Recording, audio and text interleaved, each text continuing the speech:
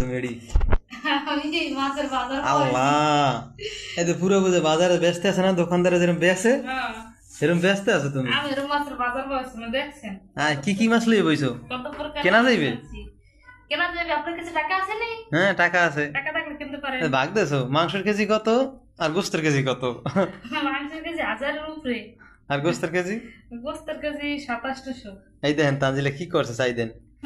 serial দেখবো যে মাছ এইটা খুললে লইলে তুমি তো কেজি মিলে ব্যস্ত পারতা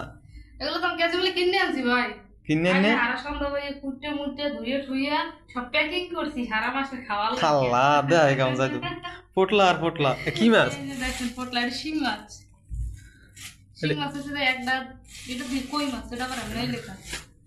এই যে 2 3 4 5 6 7 7টা শিং মাছ তারপর হচ্ছে যে 5টা কই মাছ এটা হচ্ছে বড় চিংড়ি মাছ এটা কি করবা এটা দিয়ে নাহল দিয়ে ভাজুন আমরা লাগে আমরা পছন্দ মতো মাছ আনছি দেখছেন বড় চামচ চিংড়ি না হ্যাঁ চামচ চিংড়িগুলা আর এইগুলো আছে যে ইলিশ ও এডি যে জাটকা এই জাটকা ওই কই সাবলি না জানি কি কয় আরে ইলিশ এটা গরি গরি ইলিশ এটা মানে যেমন থালা আছে আর এক পদের এটা হচ্ছে চাপডা চায়না ইলিশ এটা হচ্ছে চায়না ইলিশ একটা রাশিয়ান একটা ফাসিয়ান এটা রাশিয়ান এটা ফাসিয়ান আর নাম যে মুরগির মাংস মানে এটারে একটা মানে বাগা মিলাইতে আছি হ্যাঁ এলিকে মুরগিগুলো বাগা দাও হ্যাঁ গোস্ত আলাদা করি হাড্ডিগুলো আলাদা করি তুমি তো অনেকদিন ধরে মাংস খাইতে অনেক শখ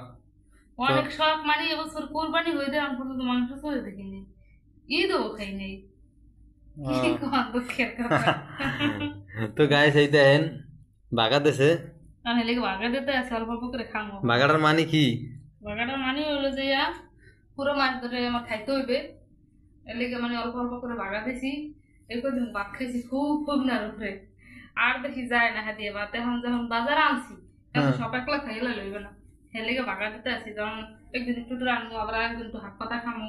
আবার একদিন একটু মাংস খামো আবার মাছ খামো খাই মিলাইতে লাগে তো আমি একটু বলি তাই ফাঁকে দেন আমার অবস্থা একটু খারাপ এই জন্য আর কি এই যে পোটলা করছি আর